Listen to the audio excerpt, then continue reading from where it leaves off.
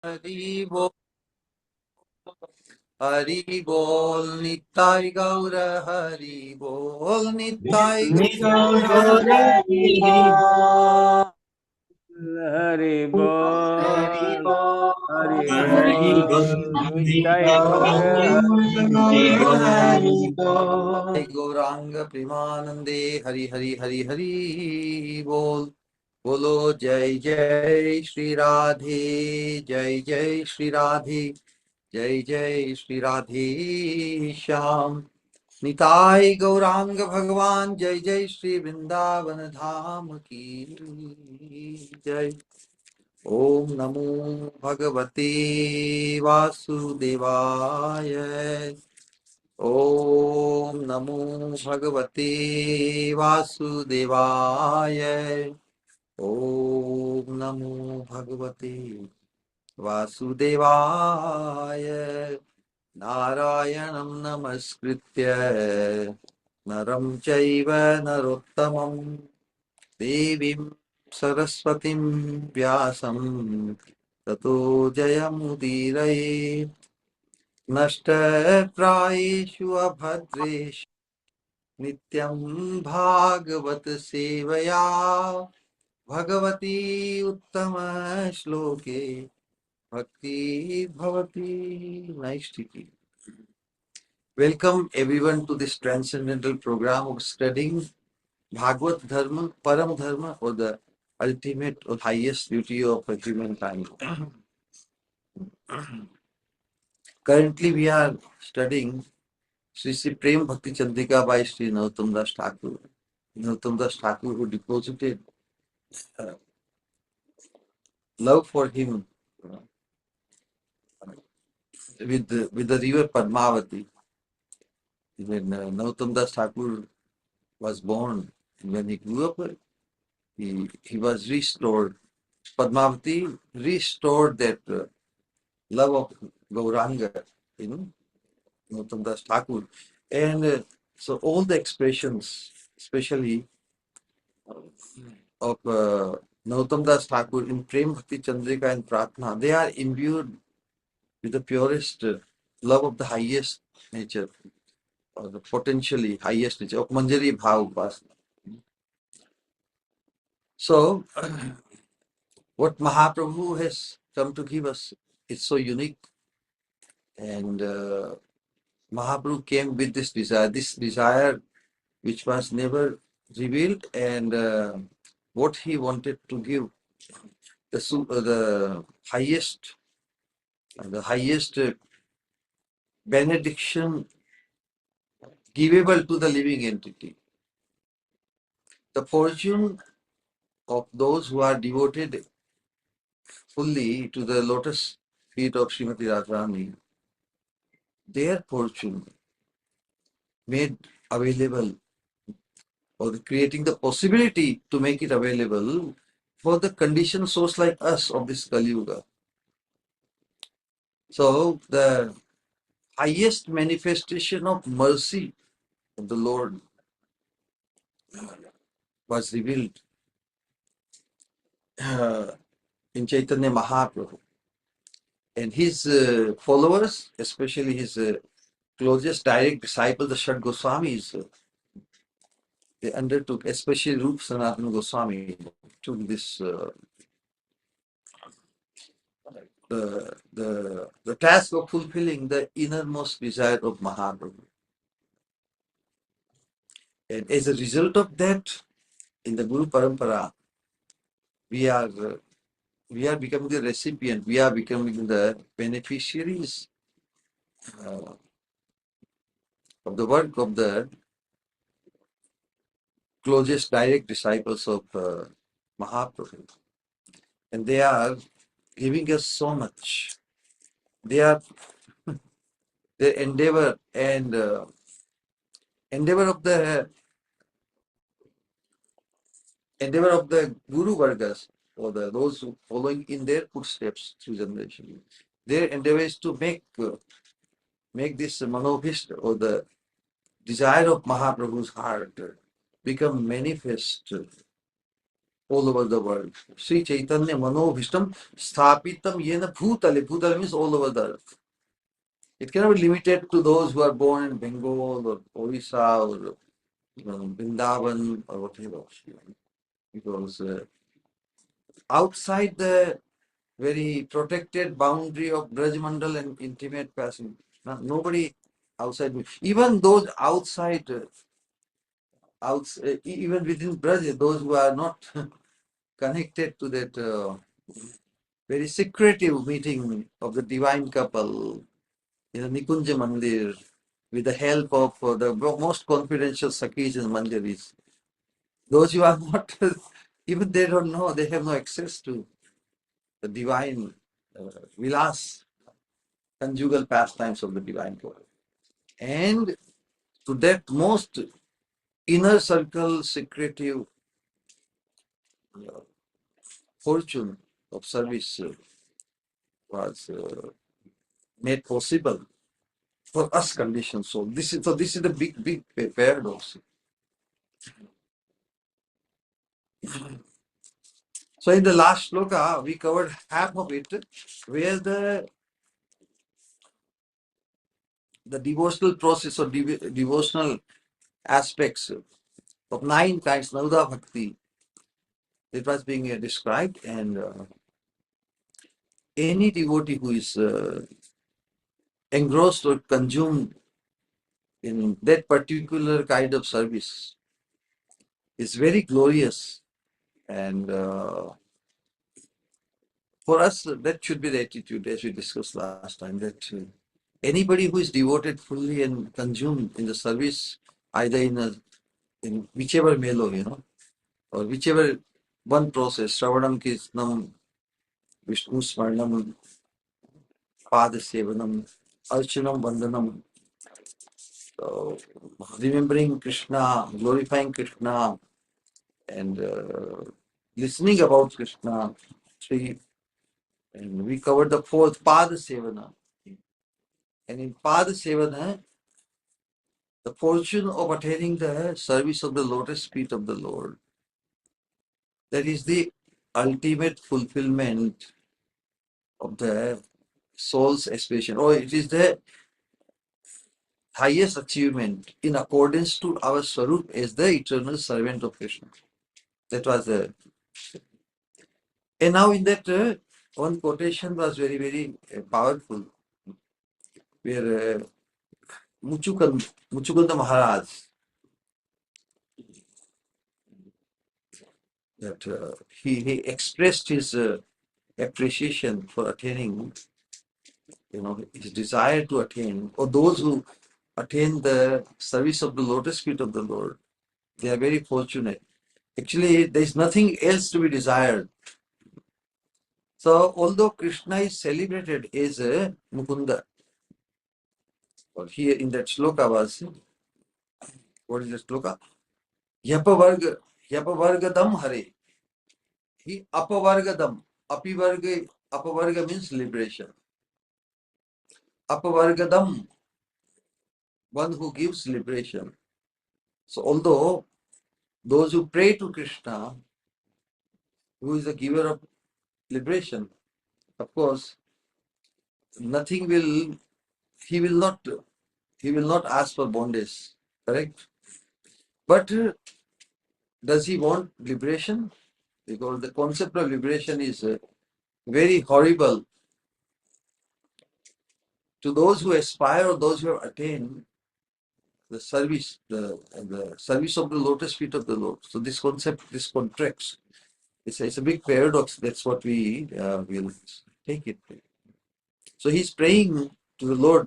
Nakamayin Nakamayinyam Tavapad Sevanad Akinchana Pratyatamad Vibho Aradhya Kastvam Yapuvargadam Hare Prinita Aryo Paramatma Bandhanam. So the contrast, what is that? The prayer is Na Kamayanyam Tav Pada Sevanad, except the service of your lotus feet. Oh Lord, I do not wish for any other boon but the service of your lotus feet. and which is constantly, is an idea, constantly prayed for by those who have given up all aspirations, all mundane aspirations. Akinchan, akinchan literally means one who has given up any aspiration of this world. Because in this world there are many tempting things, different modes and different temptations. But those who have become completely free, those who have given up all basically lusty desires or any aspirations, they pray for the service of your Lotus feet. Oh Hari, Hari, Yapavargadam Hari, oh Hari. Then who would accept liberation when he is already engaged in worshipping you? Correct? If somebody is engaged in the worship of the Lotus feet of the Lord, and one of the names of Krishna is celebrated with the name Mukunda or Hyapavargadam, so if one has got the direct service of the Lotus feet of the Lord, and even if the Lord is giver of liberation, that means becoming bereft from everything, including the service of the Lotus feet. So would a person who is engaged in the direct service of the Lotus feet of the Lord would ever desire liberation? No way. Who would accept liberation when he's already engaged in worshipping your Lotus feet? But the contrast is Vranita Aryo Varam Atma Bandhanam. Instead of liberation, I may ask bondage, because bondage in this material world, still I will get a chance to again become enlightened by the association of pure devotees, and they will again make me eligible somehow to get the worship of your Lotus feet. So, so this is what basically one who is engaged in worshipping the Lotus feet of the Lord can never ask for liberation. You know? One who is giver of liberation, how can anyone, or another way we can say that if one who is giver of liberation, how can one ask for anything which causes the bondage? Bondage means bondage to this material world. But if we appreciate Krishna as the giver of liberation, one who is giver of liberation, why should one ask for bondage? Then what one should want? Liberation. So bondage to this material world and liberation from this bondage of material world, which is better? This is the paradox we'll discuss. Oh, Krishna is the giver of liberation, and we are stuck here with the bondage of to this material world, and Krishna is the giver of liberation also. But attaining the service of the lotus feet of the Lord, if that is the aspiration, why one would even want liberation, which deprives one to remain in the service of the Lord? So as a sadhaka, those who are engaged in pada sevana, they don't even think of liberation, because liberation is very easily, Krishna can give liberation. But attaining the service of the lotus feet of the Lord is very, very difficult, very rare. And while as a sadhaka, while engaging in the service of the lotus feet of the Lord, the deity form or the self form, if he thinks of liberation because of the material world, the situation is very miserable. Thinking of the misery here, one should only anchor to attain the service of the lotus feet of the Lord, not only here, but also when one is transferred out of here. He at least wouldn't want liberation that will deprive him to sustain or continuation of his service of the lotus feet. Rather, he may choose between liberation and bondage. He may choose bondage. I would rather pray for my own bondage, even in this material world, than to accept liberation. So this Krishna, this desire of liberation or mukti or moksha is most condemned by Muchukunda. So this devotional item of feet service includes additional aspect, no? Seeing and touching the deity, circumambulating and following the deity, going to the temple and occasional holy dips in the Ganges, and sacred places like Purushottam, Puri, Jagannath Puri, Dwarka, Mathura, etc. Since these sub-items are like associates of the main item of food service. So one should only hanker for attaining the service of the lotus feet of the Lord, that is Pada Sevanam. And now, next fifth limb out of the 9 limbs, fifth is Archananga, Archanam, service of Archanam. All, so Archanam means worship. So Archanam, and that includes path 7, correct? Worshipping the lotus feet of the Lord, and Archan means the whole worship. So why they are separately given? There must be some logic involved here. All persons who are initiated in Vaishnava mantra, in disciplic succession, in parampara, must always worship the Murti Sri Vigraha of their worshipable deity. All the deities, they are pran pratisht, they are, the Lord is invoked in them. There is a special Vedic process, whereby Lord's presence is invoked and the Lord becomes manifest. It's a live thing. The deity which was consecrated in Ayodhya a couple of years ago. So when the deity was, after the consecration, after the Pran Pratishtha, the glow on the face of the Lord, everybody noticed, which was not so apparent before the consecration. So the Pran Pratishtha ceremony. So, and especially those who are initiated in the Vishnu mantra must always worship an image of their worshipful deity. Otherwise, there are severe reactions, and that's why sometimes on our altar we keep the deity which are already pran pratisthit, so we don't have to. At least we can think that wherever they are established in the temple, they are worshipped at least 7 times, and they can also accept our additional worship. Krishna is so unlimited; they can accept the offer and worship unlimitedly. So, um, so we only increase our service, and so otherwise there are severe reactions. So it is described that those who are initiated in Vishnu mantra, Vaishnava mantra, whether they be householders or renunciates, celibate students or forest dwellers, Vanvasi, any one of them will go to hell if they do not perform puja of their worshipable deity. So naturally, even when we chant, we just express our service attitude towards the deity. So it is said in the scriptures, in the Vishnu Dharmottara, it is written, those who are initiated into Vishnu mantra must perform puja of Sri Hari once, twice or thrice. Anyone who eats a meal without having performed puja of Sri Hari will go to different hells.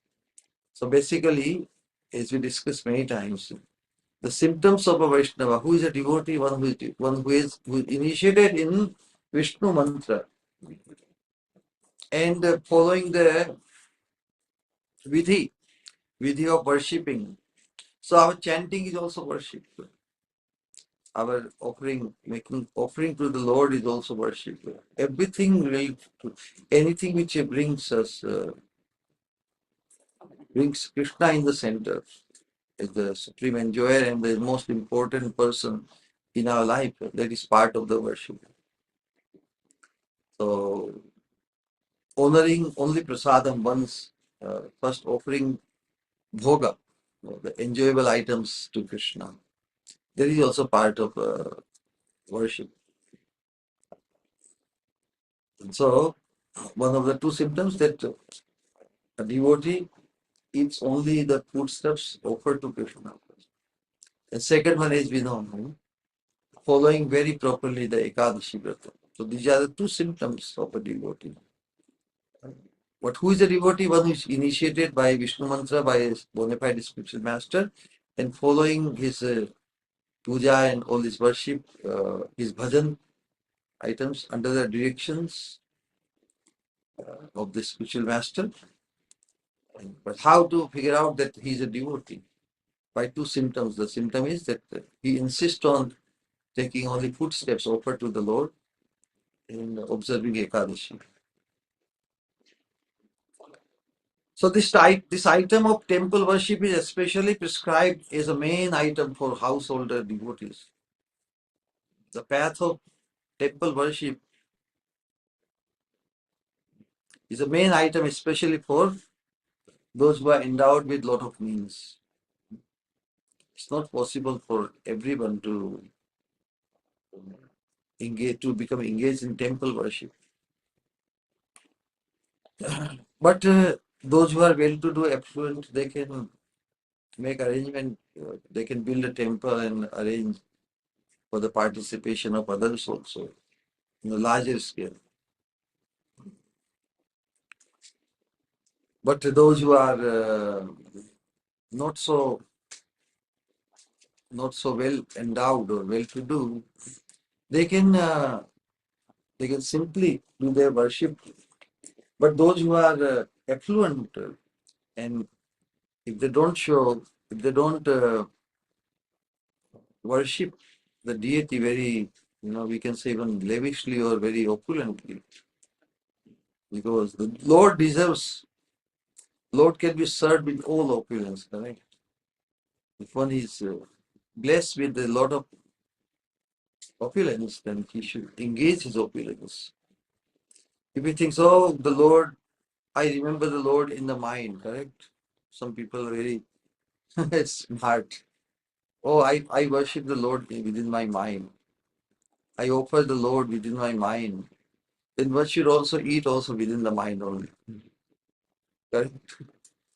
So that is possible. That is, well, one who is devoid of any means or doesn't have much to offer, then one can still offer very opulent feast to the Lord in the mind.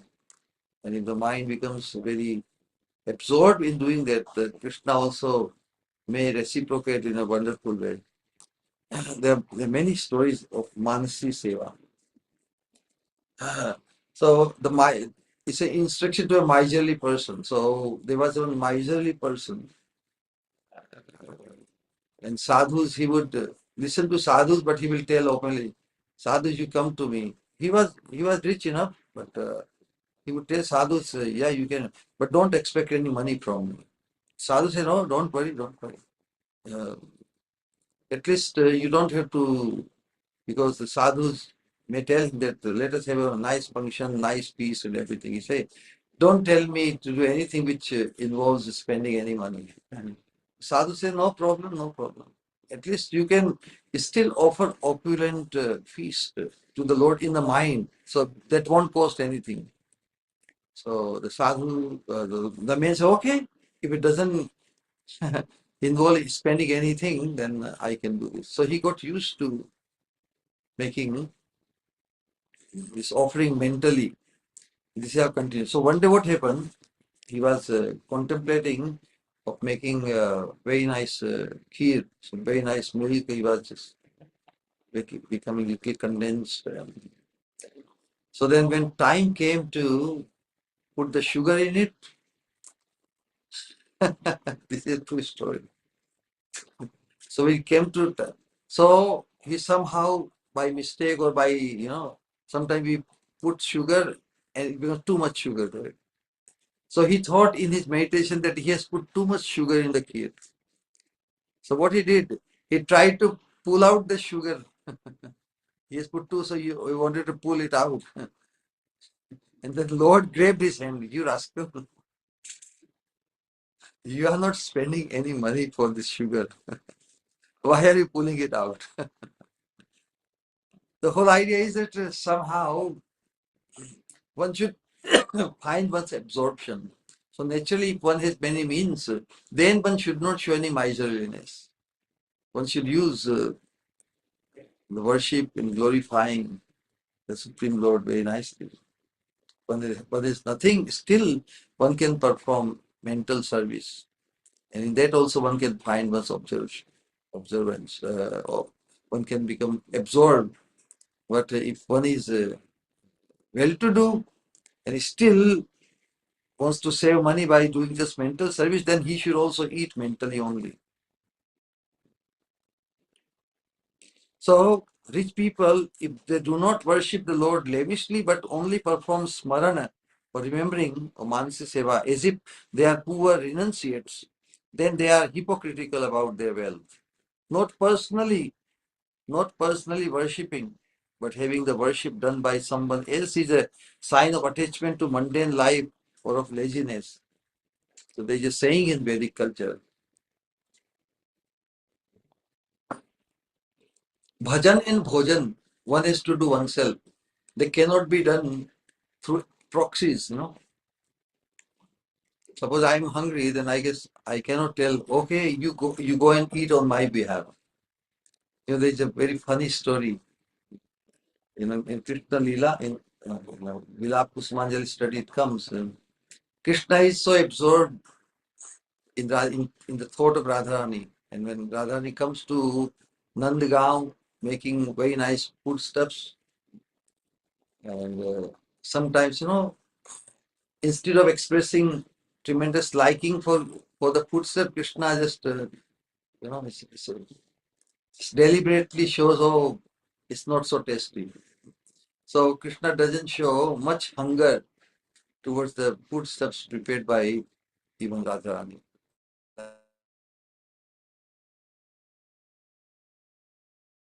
It's very dear and always joking, jovial with Krishna. So he tells Mother Yashoda, Madhumangal, associate of Krishna, tells Mother Yashoda, why are you insisting? Why are you so much insisting to feed Krishna this food stuff?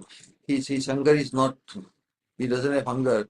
So what you should do, you should very, very liberally just feed me. So I can have all these very, very wonderful sweet items and pakwan. And after I get fully satisfied, I will embrace your Krishna. I will embrace Krishna, and he will also get nourished. So that kind of joke. Huh. So, but is that okay? That somebody eats and then our hunger nourishment can be done? No. One has to eat oneself. Bhojan and bhajan means our own sadhana. We cannot get it done through proxy. Okay, uh, do chant on my behalf, do worship on my behalf, everything. It's our bhajan, individual bhajan, and that's why we cannot. We have to do bhajan on our own. We have to worship. We have to japa. We have to study and participating. If the time is available and if the means are available, then we should utilize rather than leaving it on others. Okay, do this on my behalf. Just as we cannot, our hunger cannot be satisfied by through someone else. In the same way, our attachment to the Lord cannot be ignited if we do the worship of the Lord through proxy. So in India, out of circumstances, many people have this, they engage someone else instead of doing worshipping themselves. So because they are too much attached to their material entanglement and business. But what a fortune to be able to worship the Lord personally, correct? Who is who, who is most important? Any mundane things or the worship of the Lord? And Chaitanya Mahaprabhu especially, he would see the deity form as Krishna himself. Vigraha Vigraha Naha Tumi. Naho Tumi Sakshat Brajendra Nandan. You are not a statue, but Brajendra Nandan Krishna himself. The deity must be served with this faith, and that is considered good service on the path of deity worship. So that is the how we perceive, or how should we allow ourselves to perceive the deity forms. So in this Archana, our Goswamis have given some great understanding. The great saints always consider the deity to be non-different from their worshipable deity. The great saints always consider the deity to be non-different from their worshipable deity. In the heart, we aspire to attain the divine couple worship. So if we have the deity form of Radha Krishna, we think that these are the same deity, no different from the worshipable, like Sri Krishna. Who is our worshipable deity? Krishna or Radha Krishna. So if we have Radha Krishna deity at home, made of metal and different things, then we should see that we are directly worshipping Krishna. That should be the notion. It is not proper to see any difference between the deity and the worshipable Godhead, for there is no difference between their shapes at all. It is heard that a person who sees even the slightest difference between the deity and the worshipable Godhead, or who sees the deity as a piece of stone or metal, is guilty of many material and spiritual faults. When King Dashrath killed Sindhu, the son of Andhamuni, Shravan Kumar's story. Yeah, because how blasphemous, or how what a horrible aparadh is considered to think of the deity as made of stone or wood. So when King Dashrath, the father of Lord Ramchandra, before Lord Ramchandra was born to him, or appeared as his son. So when King Dashrath killed Sindhu, the son of Andhamuni, Andha means blind, Muni and his wife, they were both blind, and their son Shravan Kumar Sindhu was taking them on the pilgrimage, on the carrying on both sides. You know what is it? Carrier. And one stop, he went to fetch water, putting both of them. And when he was taking water in his jug or anything, the sound of the water, going into the jug, it made noise. And Dashrath, he was on the, uh, you know, so kings, they used to have this habit of going in the jungle and killing the prey, Akhet, shikar, hunting.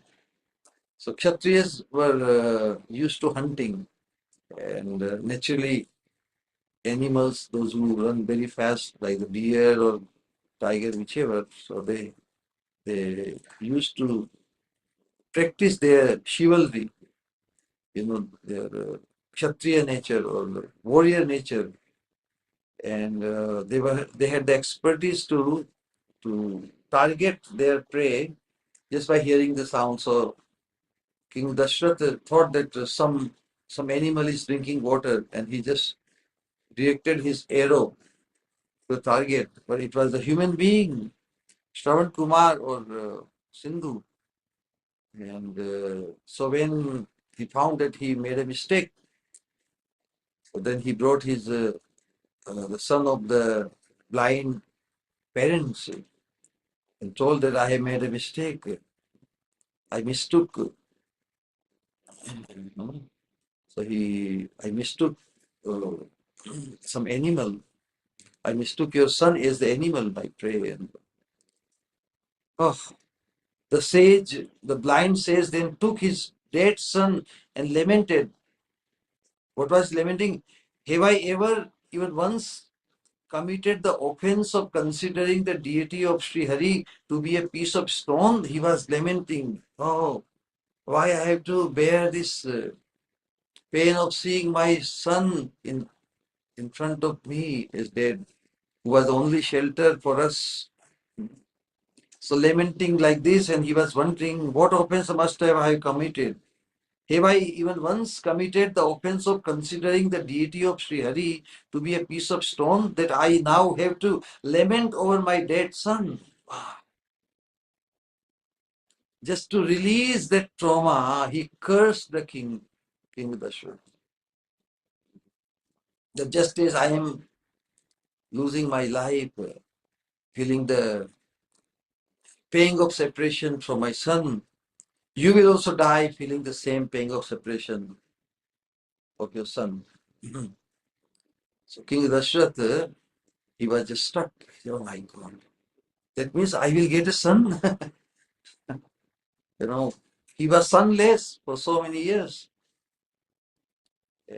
But the curse became true, and when Lord Ramchandra was exiled for 14 years by Kekai, the youngest queen of the king, who wanted her son to be the king, and exiled to Lord Ramchandra. And Dashrath, he could not bear the separation of his son. So this is how it happened. But the idea is that one should not ever think of deity from the Lord is made of stone and wood as if he is not Lord. Deity is Lord himself. One has to have the vision and the devotion to see, to be able to see it. Actually, Nama Vigraha Swarupa Tina Eka Rupa. Krishna's name, Krishna's deity form, and his identity. Tine Bhed Nahi Tina Chidananda Par. The holy name, the deity, and the Lord's original form. All three are actually one form. There is no difference between the three. They are all equally transcendental.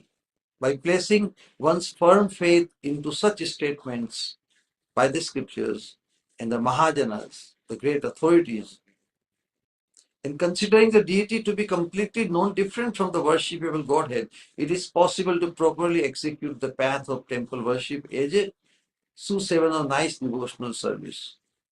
Observance of vows like Sri Janamastami, Sri Ekadashi, and Maghasnan are included in this item of deity worship. So deity worship, and many related items. The next item or next is Vandana. Vandana means prayers. Prithu Pujanam in worshipping. Vandanam is who ideally made the prayers. Akrura's prayers are very, very celebrated. So what is the speciality about devotional item of Vandana or praying homage? Although the devotional item of Vandana is included in the item of Archana, correct? When we do worship, we also do Arati, we also glorify like this. But why it's separately the Vandana?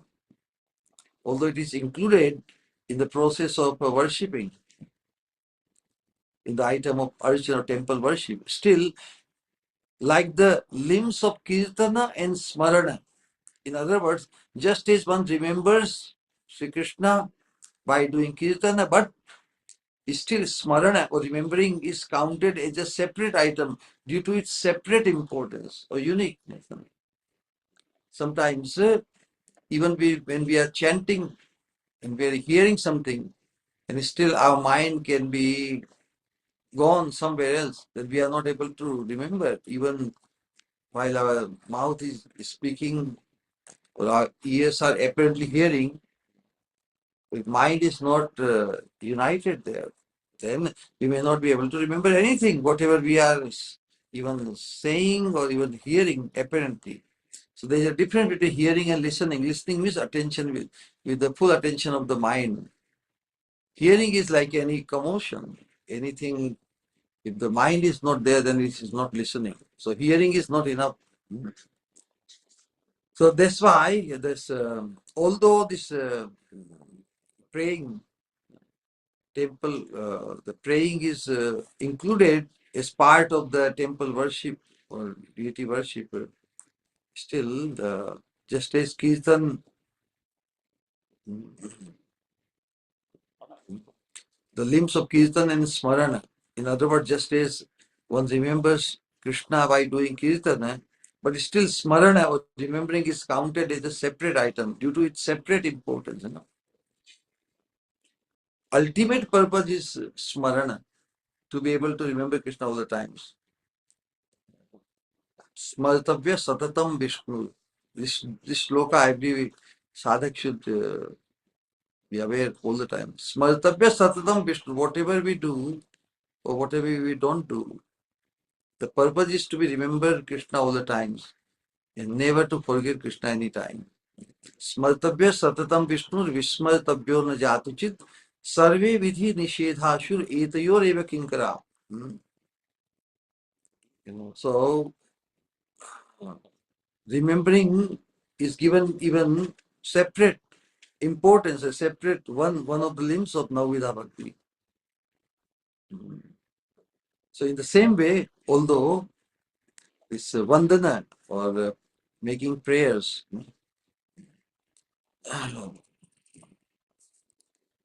paying homage, prayers, vandana means making prayers, glorifying and also asking for some boon, that is vandana. It is included, but why it is, because it is very essential, it is considered a separate item due to its independent importance. Some devotees hear about the Lord's limitless prowess and attributes and then, overcome by feelings of humility, mistakenly consider themselves unqualified to fathom these attributes. Krishna's opulence is so unlimited, and you cannot reach the end of it.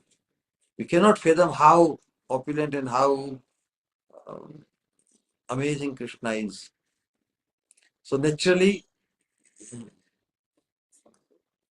out of humility or saying, "Oh, this the Lord is unlimited in His prowess and attributes," how can we fathom and how can we reach or attain? How can we seek such a person who has such opulence? Correct. Even in material world, many times if somebody is too opulent or too rich, or then we most we hesitate to get close to him so much. Correct. This is natural. Or to engage in the service of his lotus feet. Like somebody is too powerful, too big, and the feeling is like too much distance. That's the point. So thinking in this manner, they vowed to only offer obeisances to the Lord and nothing more. Just bow down. How can we properly glorify someone who has unlimited glories and opulence? So just bow down to them. So it is especially for their sake. So those who have that attitude and they just create a distance by just showing the obeisances. It's like when we pay obeisances from distance means, okay, you stay wherever you are and we are just fine distance from you. So it is especially for their sake that this item of vandana,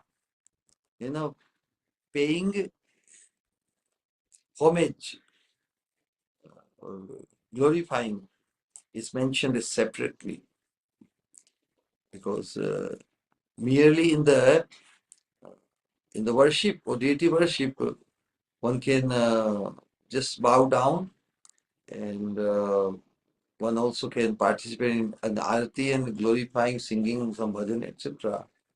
But this vandana or paying homages is mentioned separately. In connection with this item of vandana, Brahma has praised the Lord as follows in the Srimad Bhagavatam. This beautiful prayers, the prayers by Lord Brahma, Vandana, where he's saying, "Oh Lord, you are the embodiment of all divine attributes, and they are unlimited. Nobody can reach the end, even describing since eternity, Anantadev. And no matter how stalwart or kavi or poet one becomes, he cannot reach the end of the unlimited attributes you have. You are embodiment of all divine attributes. No one is able to reach the end of all your qualities. Therefore, if someone only seeks your grace and accepts all happiness and distress, yeah, because you are unlimitedly endowed with the divine attributes. If one appreciates even that, only seeks your grace and accepts all happiness and distress, whatever is due to him, due to his karma, previous. He does not complain because he knows that everything is grace of the Lord. So he accepts both happiness and distress, which are the results of his own previous activities, as merely your grace.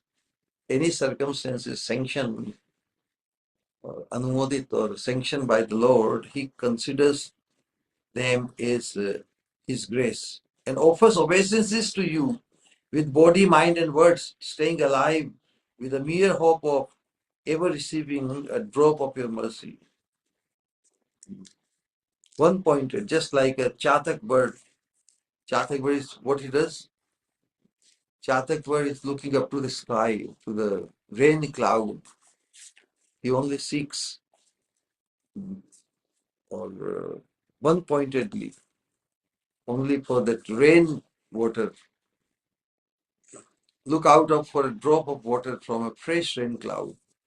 He will certainly become the hair of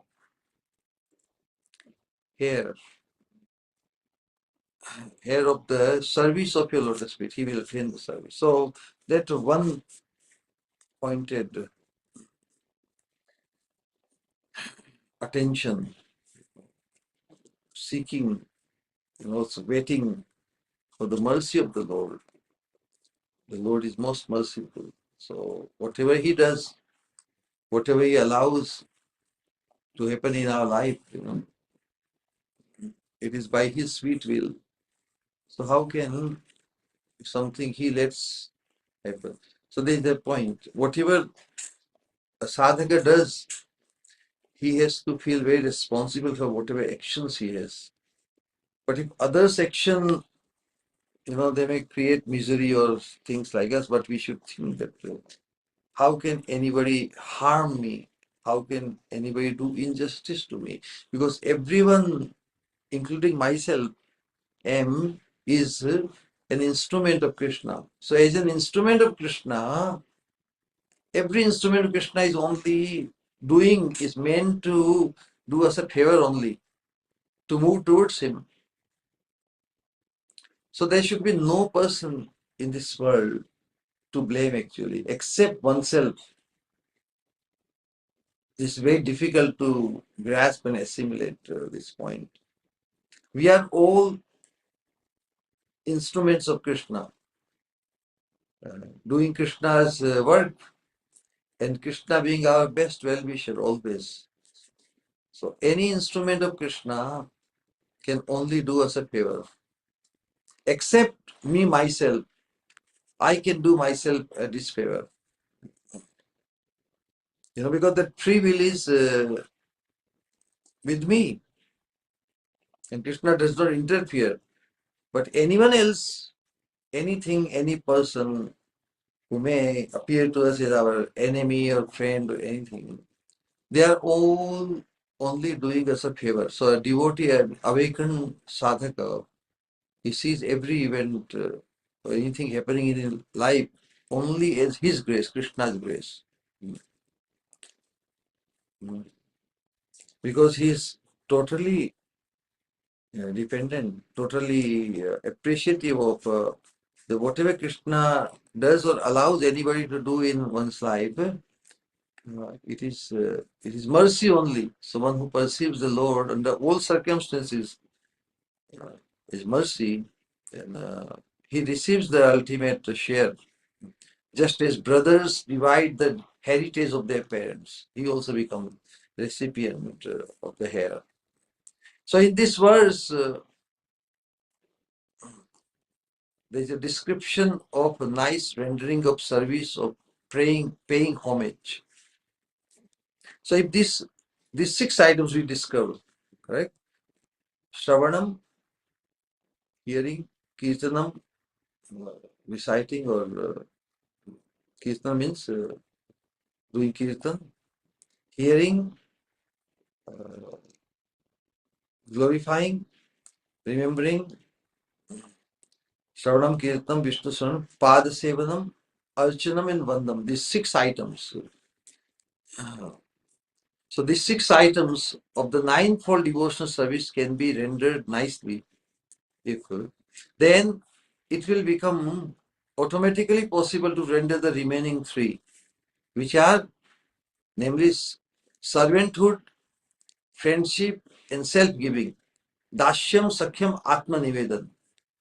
On the other hand, if the heart is not purified by the process of hearing and chanting, it will not be possible to purposely render these 3 items of devotion nicely.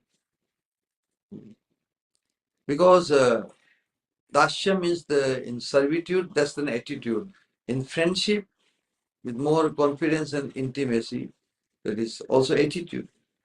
But in order to feel one of these 3 attitudes of like Dasya or Sakhya or complete surrender, one has to practice the first 6 limbs which we have discussed. For the reader's information, we will briefly describe the remaining 3 items also, following the course of their description. So Dashya, 7th item is Dashya. Atha Dashya. So what is the meaning of Dashya? Dashya means servitude. The Lord is the master and I am as the servant. So here the item of servanthood is described. Dashya means servant. The type of worship characterized by self-esteem of I am Sri Vishnu's servant. So this is identity. This pride that I am Krishna's servant is called Dashya Bhakti. One who has that this passion or this identification that I am Krishna's servant. That is Dashya Bhakti. As a result of thousands of births of good fortune, the self-esteem of I am the servant of Krishna may awaken. Wow, it's not easy. As a result of thousands of births and good fortune, the self-esteem of I am the servant of Krishna may awaken. Such a person can redeem all the people. Oh, he becomes so powerful. One who is situated in this identification that I am eternal servant of Krishna. Yam labdva chaparam labham manyatena adhikam tatah yasmin sthito na dukkhe na guru nabi vicharete. Krishna also says that one who is situated in his swarupa. Yasmin sthito na dukkhe na. He cannot be baffled by any external circumstances. Yasmin dukho, even by the great calamity comes, he is not disturbed because he is situated in his eternal identification as a servant of Krishna. What to speak of the endeavor placed in doing bhajana? If one considers oneself to be belonging to be the Lord's servant, that self-esteem will yield perfection or loving devotional service. For this purpose, the item of servanthood or Dasya Bhakti has been mentioned after the other items of devotion. Because ultimately, the 6 limbs which we follow, when they perform with this identity that I am eternal servant of Krishna. And that's why, for this purpose, because this attitude of that I am eternal servant of Krishna, that self-esteem will yield perfection for loving devotional service. And for this purpose, the item of servanthood, or Dasya Bhakti, has been mentioned after the other items of devotion, because it should culminate into that identification. All other types of worship attain a supreme status due to being connected with the one of servanthood. All other types of worship attain a supreme status due to being connected with the one of servanthood. That I am eternal servant of Krishna. Then it gives it makes all other performance, hearing, chanting, etc. In the initial stage, one may not have that strong identification. I am eternal servant of Krishna. One does just to feel good, or just as part of growing spiritually. But connected with this identification, I am eternal servant of Krishna, well, it's a different case. So Durvasa Muni told King Ambarish what he said: an human being who even slightly hears of the holy names of the Lord, who is the aggregate of all holy places, becomes purified. In other words, as a result of relishing the Lord's sweetness, he will consider all other things to be completely trivial. So Durvasa Muni also acknowledges, the glory of one who has this attitude. So it goes without saying that a person who fully surrenders to the Lord's worship is fully blessed. Then again, what means or goals remain to be attained for those who perform full worship with the self-esteem that I am the eternal servant of Krishna? That is very elevating consciousness, because even uttering the holy name of the Lord, hears the holy name of the Lord, because Lord is the aggregate of all holy places. He becomes purified simply by hearing that. Then what to speak of one who is situated in the consciousness that he is the eternal servant of Krishna? For him, glorification of the Lord is already very, very, very, very life actually. One who thinks of himself as eternal servant of Krishna, for him, glorifying and hearing the glories of Krishna is natural. Then eighth is Sakhya, or the friendship. A mood of friendship towards the Lord in which one desires the Lord's welfare is called Sakhya friendship. Thinking of the Lord's welfare. Sakha, a friend always thinks of the well-being of the Lord. So that kind of closeness, that kind of intimacy, because Lord is the supreme. He is all capable in every aspect. So the servant, while dealing with the Supreme Lord, he has some, how to speak in sankoch means some hesitation to deal and behave very freely with the Lord. But in friendship, the confidence is there. He is thinking or desires, one desires the Lord's welfare in Sakhya Rasa, in friendship. So even Lord Brahma, who saw the unlimited opulence of Krishna when he stole apparently the calves and the cowherd boys, and when he came to his senses, seeing the unlimited opulence of Krishna, but when he saw that how Krishna is intimately related with the Brajavasis, so Brahmaji called Krishna is the friend of Brajavasis. Aho bhagyam Nanda Gopa Brajopasam Yan Mitram Paramanandam Purna Brahmam Sanatanam. So although Brahmaji himself feels the distance because the Lord is, how can I deal with one who is unlimitedly opulent and he has so much, provides everything. There's a sankoch, there's a distance, there's a hesitation to deal very openly, freely. But the way the Brajvasis are dealing with Krishna, Brahmaji calls Brajvasis that he's the friend of Krishna. So Brahmaji praises Krishna, although he describes Krishna as the Param Brahma and everything, but that person who is revered and honored by Brahmaji so much, he sees that his Rajvasis are dealing with Krishna as their friend. And so that is a special closeness, correct? That fortune Brahmaji does not have. He is describing Krishna as the Mitra or the friend of the Brajavasis. There is the one Chandrika, the worship of the deity. In Ramachandra Chandrika, it is seen in order to see the Lord.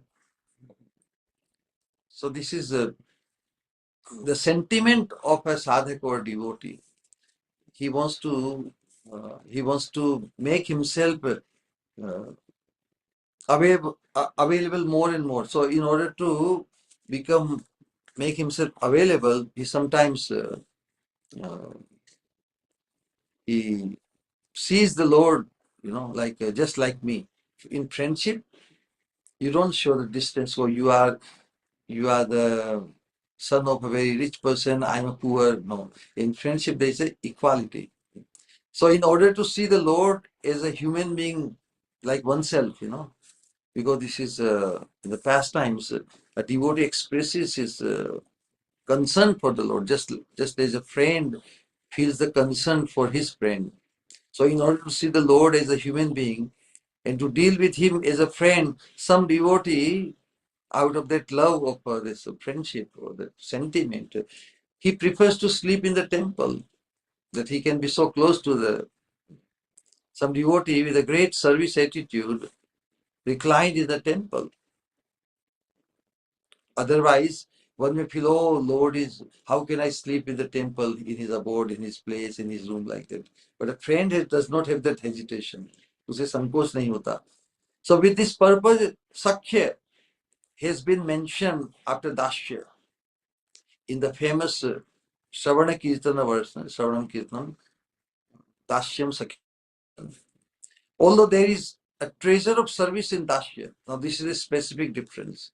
That's where the Sakhya Rasa or Sakhya Bhava is superior or greater than Dashya. Although we mentioned the tremendous uniqueness of Dashya Bhakti. And Dashya Bhakti is a foundation of every Bhakti. We should not be, it's always there. But the attitude is different. In Dashya, pure Dashya, only the distance is there, Sankoch is there. But in Sakhya Bhava, although one is performing only service, seva, but in Dashya, what happens? Although there is a treasure of service in Dashya, it also shows sign of awe and reverence, hesitation, distance, awe and reverence. You are the Lord, I am your servant. Please order me, what should I do? Rather than taking the liberty to express his wish and what he can offer. There is a confidence, there is a vishwas. थोड़ी स्वतंत्रता है, but in Dashya Rasa, a devotee does not, take the liberty to freely do whatever he wants to do. He has to. But friendship is completely devoid of hesitation. Rather, it is dominated by loving trust and is therefore greater than servanthood. Again, it is not astonishing that the scriptures prescribe dealings with the Supreme Controller that are free from hesitation. Yeah, in scriptures also there's some which allowances there that if somebody wants to feel so close and so like a friend is a friend. That is very closeness. No? A friend does not have any hesitation, free from hesitation to deal with even with the supreme controller. So that the scriptures describe some dealing of devotees, dealing with even the supreme controller is without any hesitation as a friend. But devotee, uh, when the practitioner considers himself, you know, on the same level as Krishna, then there is a possibility, because his service attitude.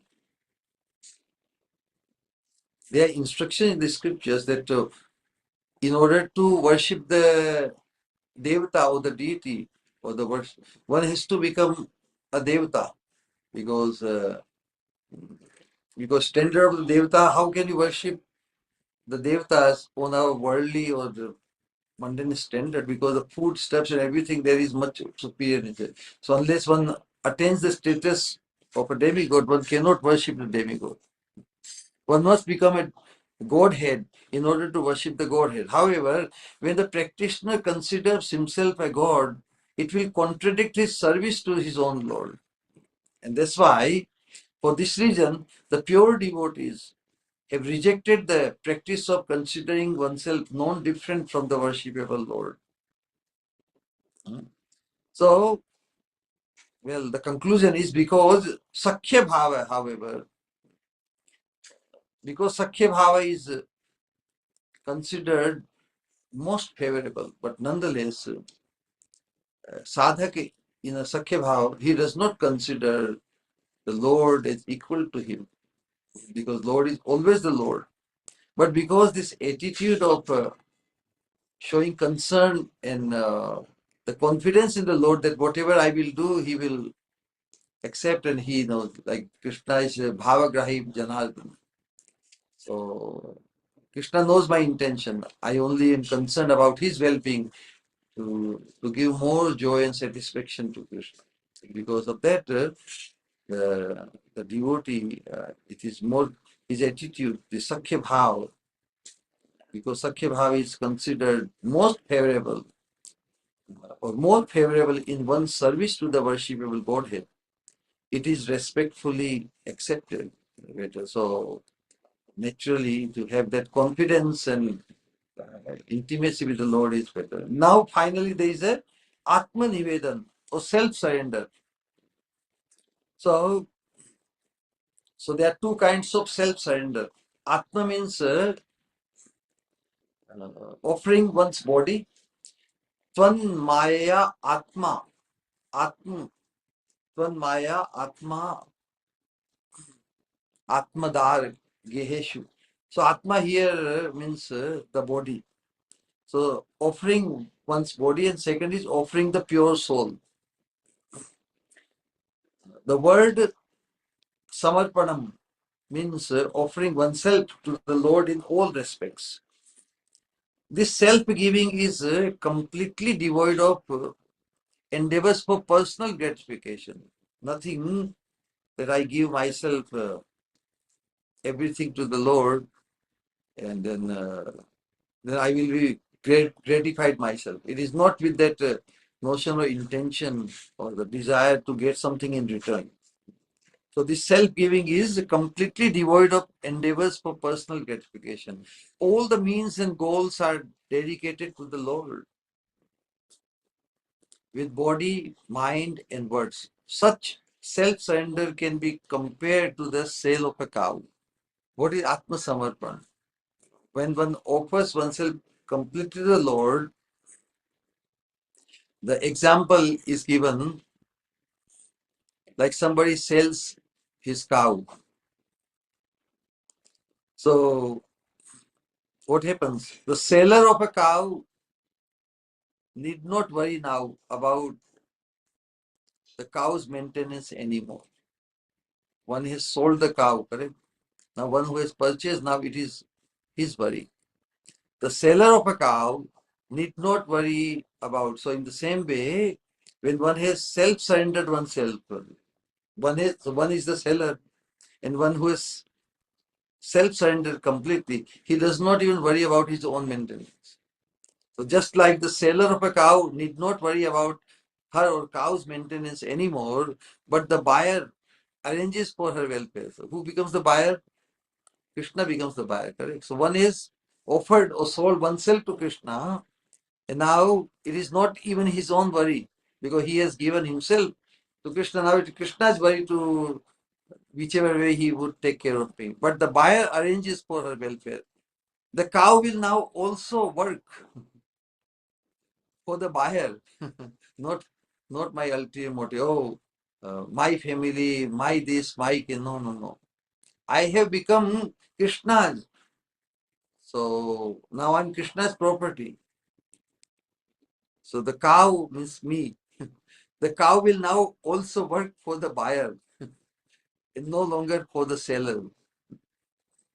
Similarly, the practicing devotee who surrenders himself to Sri Hari will become free from worries over his physical life and will be blessed with the good fortune of attaining a life of bhajan at every moment. So that is that. So thereafter, now in the towards the end, in the last line of the sloka, something very beautiful. What is the last line? Let's pick one. What was the original sloka 2 days ago? Yeah, here it comes. Bhagavata Shastra Marma Navvidha Bhakti Dharma, which we covered, Navvidha, then Sadai Koribo Susevane, Anye Devashraya Nai, not taking shelter of any other Devtas, because we have taken exclusive shelter of Krishna only, so Navda Bhakti. Any Anya Devashraya Nai, Tomare Kohilo Bhai, I'm telling you, don't take shelter of any other gods. Ei Bhakti Param Bhajan. So this thing, Anya Devashraya Nai. So dissuading, therefore, Nautam Das Thakur towards the end he says, Anya Devashraya Nai, Tomare Kohilo Bhai. O brother mine, do not take shelter of other gods like Brahma and Shiva. Only, only the aforementioned shelter of the lotus feet of Sri Govinda in the form of nicely rendering of the 9 types of devotional service is the greatest type of worship, bhajan. So this Navvidha Bhakti, so this taking exclusive shelter of the lotus feet of the Lord, and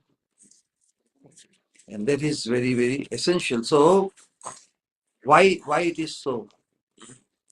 So for understanding this, why he is dissuading that after taking exclusive shelter of Krishna in the 9-fold devotional service, we should avoid still, any worship of any other demigods. For understanding how the worship of other devtas or gods harms the practice of exclusive devotion. Ananya Bhakti, Bhagwan कहते हैं. Ananyas Chintayanto Mam Ye Janaha Paripasate Tesham Nityabhiyuktanam Yug Kshima Mahamim. The condition is that one has to exclusively depend on Krishna. Ananyas Chintayanto Mam. We have to exclusively offer prayer, remembering everything. Chintayanto Mam. One who exclusively thinks and worships me only, then I take care of everyone. So that kind of faith, Ananya Bhakti, will be violated if we, in spite of taking shelter of Krishna, we continue to take shelter of other demigods. And we go to different people and put our head there. And once we have offered our head to Krishna, we must avoid. Otherwise, it shows our lack of sufficient or full confidence in Krishna, that Krishna will take care of everything. Krishna is all capable. If we have put our head at his lotus feet, That means he will take care of everything. Why should we still think, oh, maybe Krishna will do 90% work, 10% this Baba or that person, this person, Kul Devta, and all these people will do. No. Krishna is the source of everyone. So if one is taken exclusive shelter, Ananya Bhav se, then one must not take shelter of anyone else. Because if he does that, then it harms the practice of exclusive or Ananya Bhav Bhakti. Correct? So that's why Na Pujibo Devi Deva is described a devotee who exclusively worships his deity will damage his devotion. Wow. It's not that, oh, okay, we will worship Krishna and we will also worship others. Okay? We will worship Krishna. We will also worship Krishna. Not also worship. We will worship only Krishna, not also Krishna. There is a difference, no? It's not that we will also worship Krishna. हम कृष्ण को भी अप्रसन्न नहीं करेंगे. No, no, no. If you worship Krishna, then you have to worship only Krishna, not also Krishna. So a devotee who exclusively worships his deity will damage his devotion when he worships other gods and demigods for trivial benefits. Devi Devata, the worship of Devi Devatas is for trivial benefits. Greedy and lusty persons worship different gods and goddesses for trivial benefits. And those who are greedy and lusty persons worship different gods and goddesses. In Bhagavad Gita, Krishna says in 9:23, what he says? Yanti deva vrata devan, pitrin yanti pitrivrata, bhutani yanti bhuteja yanti madhyajinopi mam. Yepi anya devata bhakta yajante shraddhayanvita, tepi mameva kontaye yajanti avidhi purvakam, unbonafide. Of course, all worship reaches Krishna, just as Akashat patitam toyam, yatha gacchati sagaram, sarvadeva namaskaram, keshavam prati gacchati. You must have heard this, correct? So if all worship offered to any devatas, if it reaches Krishna, then what is the problem? What is wrong in worshipping other devatas? But our intention matters. No? Although offering reaches Krishna, because Krishna is a Yajna Purusha, all the offering reaches Krishna, but the offerer, one who makes the offering, where he wants to go. He worships Shiva, the offering even through Shiva will reach Krishna. Krishna says, येपि अन्य देवता भक्ता यजन्ते श्रद्धयान्विता, दूसरे देवताओं को श्रद्धा पूर्वक भजते हैं, ते भी मामेव, वो भी मेरी ही उपासना करते हैं, कि देवता भगवान के अंश है ना. देवता भगवान नहीं है, भगवान के अंश हैं. So even offering made through the ansha or the parts of Krishna, the offering reaches Krishna, but the worshipper, does he reach Krishna? Because he thinks of Devta as Bhagwan. Vahi dosh hai. If you are devoted and glorifying the Supreme Chief or the CEO, and if you are addressing others also who are junior or subservient to the CEO, if you also honor them as CEO, then how the CEO, the real actual CEO will feel. So in the same way, if we are offering other devatas, thinking of themselves as supreme, that is where the wrong thing comes. All the offering made to other also reaches Krishna, but the offerer, the worshipper, he remains stuck. He goes only where he wants to go. Yanti Dev Vrata Devan. देवताओं को worship करने वाले देवताओं के पास जाते हैं, शिव जी के, गणेश चंद्र जो भी है। यान्ति देवव्रतान देवान पितृन यान्ति पितृव्रता, पितरों को पूजने वाले, दो जो वर्शिप फोर फादर्स, देखो फोर फादर्स। भूतानी यान्ति भूतेजा, भूत प्रेतों को पूजने वाले बहुत से अनुष्ठान तामसी है, उसमें भूत प्रेतों को उनको पूजने का विधान है। They worship them, they reach their place. Only those who worship me, only those who worship me, they will reach me. Yanti yad jani yad yajinopi mam. So Krishna says, "O son of Kunti, those who are devoted to other gods and worship them with faith, really also worship me, since I am the aggregate of all the demigods. Sarva Deva Mayo." But they don't worship according to the rules. What is the breaking of rules? Because they think of demigods is Krishna, is the supreme. Because they consider Mahadev is supreme, or Durga is supreme, or Ganesh is supreme, or Surya is supreme. So they will end up there. They don't think of attaining me. They think of them as the supreme, and that is Abhidhipura. So not acknowledging that I am the only supreme. Correct? Devata worshippers, they don't acknowledge that Krishna is the only supreme. They think sab ek hai, sab Bhagwan ek hai. This is the misfortune of the Sanatana Hindu society. They say sab Bhagwan ek hai. Sai Baba ko pujo, Ganesh ji ko pujo, Lakshmi, Krishna, Ram, Nrsimha, sab ek hai. सब एक से है, एक से सब एक नहीं है, सब एक से है. They come from Krishna, who is the supreme, and everybody is subordinate to them. And that's why not acknowledging Krishna's supreme position as the supreme personality of Godhead, their worship of other demigods, they think of other demigods as supreme, and that is that's where they miss out.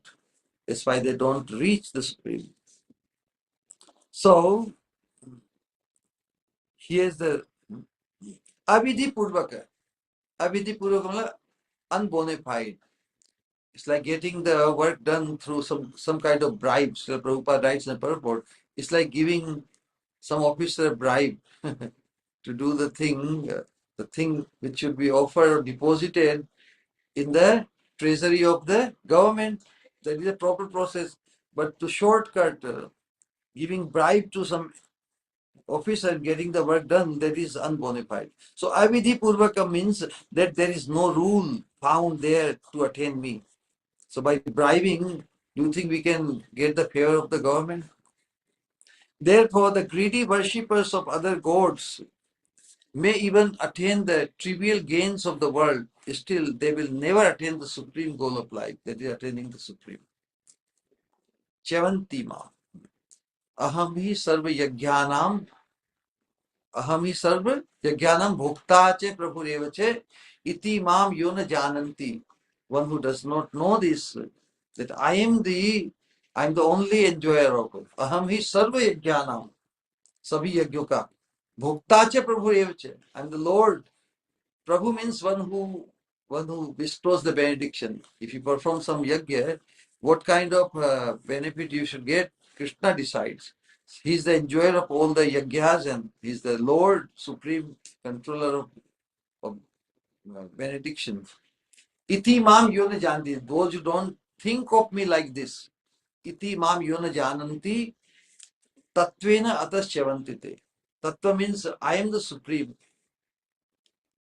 To attain, they become deprived. They are left out from attaining me. Tattvena ataschavantite. They become deprived. So, they will never attain the supreme goal of life, the lotus feet of Govinda. Na? On the other hand, the worship of Sri Krishna automatically accomplishes, on the other hand, the worship of Krishna alone automatically accomplishes the worship of other gods and demigods. Thus, there is no need to worship them separately.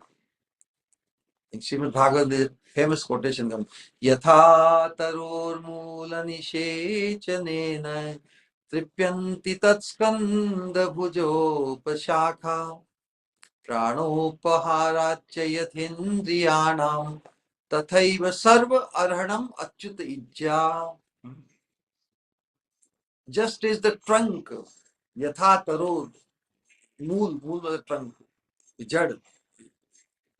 Just as the trunk, mool mein, just by watering the root of the tree, the trunk, the branches, the twigs, and so of a tree are satisfied, begin to blossom by watering its roots. By watering the roots, just as the trunk, the other parts of the tree, trunk, branches, twigs, flowers, everything, they are satisfied, they become nourished. And just as the senses are satisfied by eating, if you put the food in the belly, then all the senses, all the limbs of the body also become nourished. So just as the senses are satisfied by eating, which nourishes the life air, similarly, everyone's worship is automatically accomplished. Everyone else's worship is automatically accomplished when Sri Krishna is worshipped. By watering the root of the tree, all parts of the tree are nourished. You don't have to put water on the branches or on the trunk or the flowers or the leaves or whatever, The proper process is through the root. So the purport of this is that Sri Krishna is the original personality of Godhead and the root cause of everything. When the roots of a tree are sprinkled with water, the tree will suck up the water through its roots and thus nourish its own leaves, branches, twigs, and sprouts, the kali, buds. Everybody gets nourished through the root, process through the root. The food which is put in the belly, and belly makes the transfer, nourishment to all the body. The eyes, ears, hands, they don't eat, correct? They just make the food, bring the food, put in the belly, and through the belly the circulation takes place. So if the root were not sprinkled and the leaves and twigs would be sprinkled separately, it would never be possible to nourish them. Koi kahe re? The leaves are drying, the branches are drying, the tree is drying, so let me sprinkle water on the top of the branches, on the leaves and all these things. But will it get nourished? No. So the intelligent person will tell the person, hey, your intention is good, you want to nourish the tree, you want to benefit the dry tree. So please, can you throw the water down? So the person may say, come on, what are you talking? Why throw the water down? The branches need the water, the leaves needed, which are drying, they need. But the process she does not know. So instead of really benefiting the tree, he may be wasting his endeavor. Although his intention is good, he wants to benefit the tree. So in the same way, the different devatas, different gods and goddesses will automatically be happy when Sri Krishna is satisfied exclusively through worship, because that is the process. But that could never happen if the gods and goddesses were separately worshipped. Bhagwan Krishna ki, by worshipping Krishna, the benefit which will we get, that can never be accomplished, can never happen if the gods and goddesses were separately worshipped. Ab koi, somebody may argument, somebody, okay, some may say that just as we see the trees, branches and leaves nourished when the tree's root are sprinkled, similarly, the different gods and goddesses may be served by serving Sri Krishna. Some may say that just as we see that trees, branches and leaves nourished, similarly the different gods and maybe serve. Then why do we see?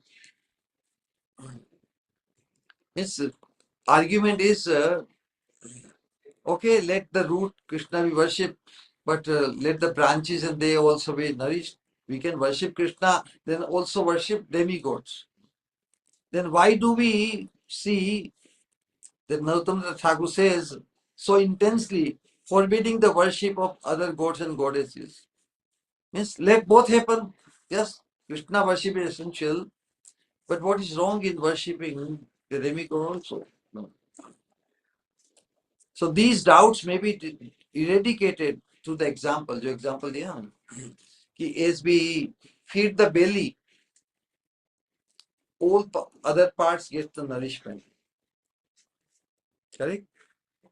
For instance, live hairs are nourished by giving them food to eat in the belly. प्राणोपहारा चेतन दिया नाम. प्राण का आधार पेट है ना. तो प्राण का आधार जो पेट है, the belly, when it is nourished, then through that all other limbs get the nourishment. So by giving nourishment to the belly, and then the senses like the eyes are also nourished. आँख, कान, नाक, हाथ पे सबको शक्ति मिलती. They will get all nourished. There is no need to separately feed the senses like the eyes and the ears. कोई कहे नहीं नहीं, कान को भी फीड करेंगे, आँख को भी फीड करेंगे, नाक को भी फीड करेंगे. We will also, what's wrong in feeding the eyes or the ears or the nose? But if the ears would be fed separately, यदि कानों को अलग से तुम रस और पकवान गरम गरम दाल, if you feed the ears the food which you, like you put in the mouth and the belly, if the ears would be fed separately, deafness would follow. बहरे हो जाओगे, कान में गड़बड़ हो जाएगी ना. Deafness would follow, and if the eyes were fed separately, blindness would follow. So only by feeding the belly or worshipping Krishna, everything is naturally nourished, everyone else. And if you still insist to feed the other limbs separately, it would harm. Just as by feeding the ears, you may become deaf. And if you feed the eyes, garam garam dal, then blindness would follow. In the same way, the different gods and goddesses will be satisfied when Sri Krishna alone is worshipped. There is no need for separate worship of gods. It would harm the devotee's exclusive devotion, Ananya Bhava. So that is the conclusion of 11th Sloka. And we can stop here. Today we will also journey towards Vrindavan. Still, thank you for your kind, patient hearing, listening. If you have any question, comment, or addition, something one would want to share, come forward. Hare Krishna message sent before you. Pranam Shri Guru, Hare Krishna. Very beautiful, Adbhut Satsang as always. Starting you were saying about Mukund, and I was just reminded the beautiful meaning you gave in Vilap Kusumanjali. And one question I had about the demigods, like we have now understood that Krishna already, we should only worship Krishna. But sometimes it so happens like we are going somewhere with our family or we need to go those temples of demigods. Then at that time, what should be our bhav? Should we bow down there, or while going alone also, should we bow down, or what we should think, Shri Guru? Yeah, we show our respect to every being. So Devtas, they are the representatives of Krishna to maintain his external affairs. Right? देवता इस भौतिक जगत का संचालन करते हैं. So they are superintendent of the different departments of this external world. But they can be shown respect. There's nothing wrong. But as the same principle comes, but those who worship, or the temple worshippers of those devtas, they think of those devtas as the supreme. But Krishna alone is supreme. वो दोष आ जाता है. That is what that big fault the Hindu Samaj, so-called Sanatanis, they just put everybody on the same category. That's why the example, if you address everybody, Mr. CEO, how the CEO will think of you. Do you think you can get his full favor? So that's why we have to see that they are all representatives of Krishna, but we don't think of them as supreme. That is the understanding. So that's why in Brahma Samhita the Sloka again, Yat Pad Pankaj, what is it? Like the Sloka for Suryadev, Sloka for Ganeshji, Sloka for Shivji, Shloka for Devi Mana. Kshiram yatha dadhi vikar vishesha yogat sanjayate nahi tata prithagasti heto yasham bhutam api tatha samupaiti karyat govindamadi purusham tamaham bhajato. If you go to Shivji temple, you can sing that song, and you can offer offer the prayers to Krishna. That includes Shivji, seeing Shivji in relation to Krishna, as Krishna's representative. You can pray that. Srishti Sthiti Pralaya Sadhana Shakti Reka Chayeva Yasya Bhuvanani Vibharti Durga Ichhanurupam api Yasya Cheshtate Sa Govindam Adi Purusham Tamam Bhajami. Correct? So you can see goddess Durga in relation to Krishna. Then even if you go to Lakshmi Narayan temple, so you can see that how the Krishnamurti is expansion of Krishna. So that way we can under circumstances, if we have to visit different Devata temples, we can see them in relation to Krishna. That is the attitude of a devotee who is exclusively devoted to Krishna. And sometimes because they offer the food thinking of Devatas as Krishna, that's where the trick comes, because exclusive devotee of Krishna, he will honor food which is first offered to Krishna. So where this Vaishnava Siddhant is violated, that's why we avoid taking foods directly offered to even Shivji, Durga, or Ganesh, or Chandra. So many festivals where different devatas are worshipped, but they are directly offered food, and people think, yes, this is a Bhagavad Prasad. No, devatas are not Bhagwan. First you offer to Krishna first, Even to offering to the forefathers is a religious duty, one should make offering to Krishna first. And that offered foods of prasad, that's what the pitras are hankering. We are implicating their entanglement by directly offering them non-prasad. So even pitras or even devatas, like in Jagannath Puri, after the food is first offered to Jagannath, Baladev, Subhadra, then that is offered to Bimala Devi, and then others. So we have to change that. Offering should be first made to Krishna and then others. So we should avoid, because those who have the mentality to see the demigods as supreme, we don't agree with them. That's why, although we can go to a temple, but we should never partake in the food offered to them directly. We honor only Krishna Prasadam. All right? जी श्री गुरु कोटि कोटि प्रणाम हरे Krishna Swami. Nitai Gaur Premanande Hari Hari Hari Bol. So we have 9 more minutes at least somebody has anything to say or.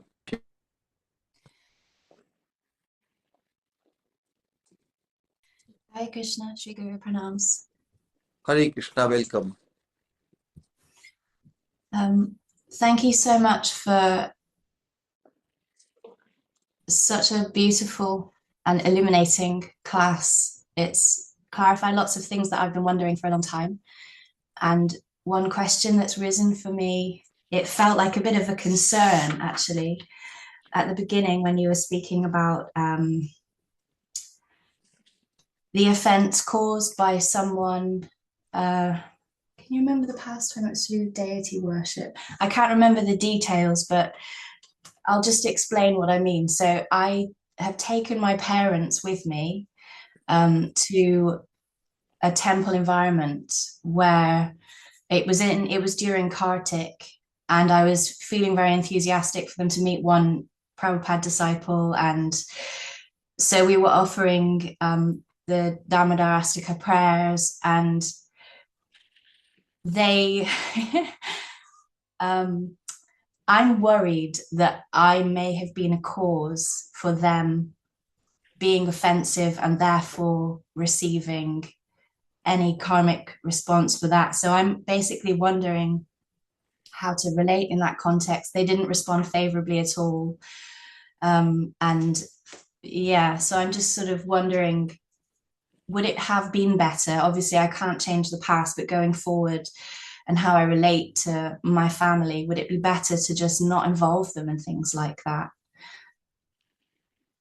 Well, our work is to facilitate and educate them, whichever way they can take this. Our role is different. We should try to make them comfortable. And so you think you have done something which is making you feel bad with them through your behavior, or what caused them? What you think you could have done better? Well, they basically said things that were offensive in regards to the deities and the people worshipping deities. And so my concern is that maybe I could have been an instrument. Yeah, they come from a different faith, correct? Yeah. Yeah, so that's why, that's why I said our role is to educate them as much as they can take. So we can be very discreet about where we take them, and what we speak according to how much they can reciprocate positively, because our purpose is to benefit them by taking them to even to temple. But instead of benefiting them, if they are having negative, not ready to appreciate what divine association you are trying to provide them, and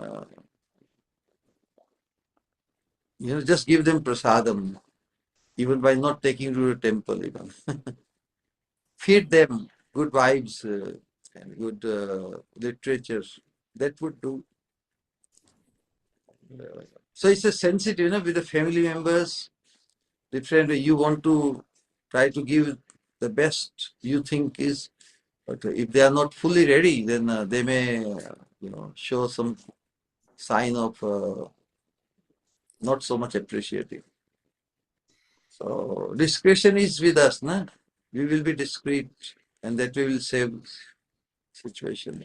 But you can continue wishing the best for them, nonetheless. Hare Krishna. Hare Krishna. Feed them prasadam, because prasadam will bring them closer. Give them some nice small book literatures. Actually, they have to feel your concern for them. That will ultimately, because if they have any affinity towards you, and if they can see your concern for them, they can turn around. Hare Krishna. Hare Krishna. Don't kill yourself over what you did. Your intention was good, and Krishna sees your good intention towards them and for them, and so that should be sufficient. Ultimately, we have to stay progressive in our thought, in our speaking, in our doing, and so stay progressive. If something or someone blocks your progressiveness, then you can distance yourself. Correct? Your number one priority is yourself. You cannot become disturbed by doing, even with good intention, things to others. You have to safeguard your progressiveness. It's your responsibility. Hare Krishna. Thank you so much, Sri Guru. Hare Krishna. Nitai Gaur Premanande Hari Hari Bol. Anand Vigraha and Kirtaniya Sadahari. Hare Krishna, Sri Guru. So, Koti Sri Guru. Hare Krishna, welcome. So, Each and every satsang very fascinating, very sublime, Sri Guru. Everything else, there's always this way to listen from your lotus mouth. It is extremely unique, extremely beautiful, extremely transcendental, Sri Guru. Koti Pranam. We all will lovingly chant the Hare Krishna Mahamantra 3 times for the divine pleasure of our Gurudev. Hare Krishna, Krishna Krishna, Krishna, Krishna, Hare Hare Hare, Hare, Hare Hare Rama, Rama, Hare Hare Rama, Rama, Rama Rama, Rama Hare Hare. Rama, Hare Hare Hare Krishna, Krishna, Krishna Krishna Krishna, Krishna, Krishna, Hare Hare, Hare Hare, Hare Hare Rama, Rama, Hare Rama Rama, Rama, Hare Hare Hare. Hare, Hare Hare Krishna, Krishna, Hare Krishna, Krishna Krishna Krishna, Krishna, Hare Hare Hare, Hare, Hare Hare Ram, Rama, Hare Ram, Ram Ram, Hare Rama, Hare. Hare Hare. From our hearts we will call out Jayam Vishnupad Paramahamsa Parivrajakaacharya Ashtottara Shad Shri Swamini Kripa Murti, His Divine Grace Srila Bhakti Swarup Govind Maharaj Ki Jai. Jai, Jai, Jai. Samaveta Nitai Gaur Bhaktavinda. Jai Jai. Jai Gurudev, Jai Jai Gurudev. Premanande Hari Hari Hari Hari Bol. Hare Hare. So we'll see you in Kirtan just in 1.5 hours, correct? And then we'll make the journey today, and we'll join you elsewhere, and eventually next week in Vrindavan. I go Premanande Hari Hari Hari Bol. Hare Krishna Pranam Shri Guru. Hare Krishna, Sri Swamini Bhakti. Pranam Hare Shri Krishna Guru, Pranam Hare Shri Guru. Krishna. Hare Krishna, welcome. Hare Krishna, Pranam Shri Guru. Hare Krishna, Sri Swamini Mati Astu, Nitai Gaur Premanande. Krishna, Dandayat Pranam Gurudev. Hare Krishna, welcome. We'll see you all in the Kirtan in 1.5 hours exactly. All right? That's the promise. Hare Bol. Nitai Gaur Premanande. Hari Hari.